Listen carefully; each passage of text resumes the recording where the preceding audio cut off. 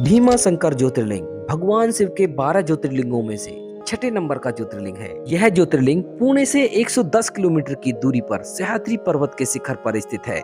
भीमा शंकर ज्योतिर्लिंग भारत के दो बड़े शहरों पुणे तथा मुंबई के समीप है।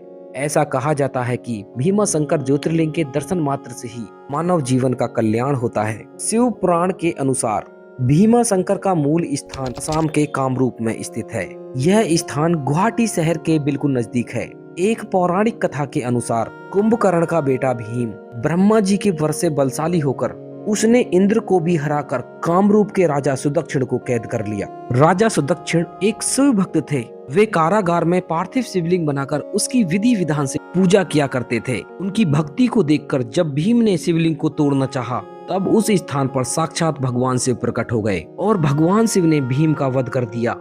तभी से भगवान शिव भीमा शंकर ज्योतिर्लिंग के रूप में स्थापित हो गए। एक अन्य पौराणिक कथा के अनुसार जब भगवान शिव त्रिपुरासुर नामक राक्षस का वध करने के पश्चात इस स्थान पर विश्राम कर रहे थे, उसी समय वहां अवध के सूर्यवंशी राजा भीम भी तपस्या कर रहे थे। उनकी कठोर तपस्या से प्रसन्न होकर भगवान शिव ने दर्शन दे दिए।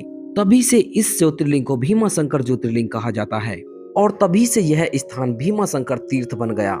लेकिन पुराणों में भीमा शंकर के उल्लेख के साथ साथ डाकिनी स्थल का भी संदर्भ मिलता है, जिसके आधार पर नैनीताल के पास डाकनी में स्थित भीमा शंकर मंदिर को भी एक ज्योतिर्लिंग के रूप में माना जाता है।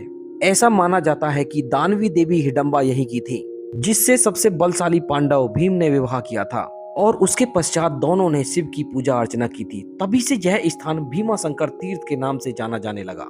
ऐसा कहा जाता है कि जब भगवान शिव त्रिपुरासुर नामक राक्षस का वध करने के पश्चात इस स्थान पर बैठे हुए थे, तभी वहां के राजा भीम ने प्रार्थना की थी कि इस क्षेत्र को संपन्न बनाने के लिए एक जलधारा प्रदान करें। राजा भीम की बात सुनकर भगवान शिव प्रसन्न हुए और भगवान शिव ने अपने पसीने की एक बूंद गिरा दी, जो भीमा नदी बनकर प्रवाहित होने लगी।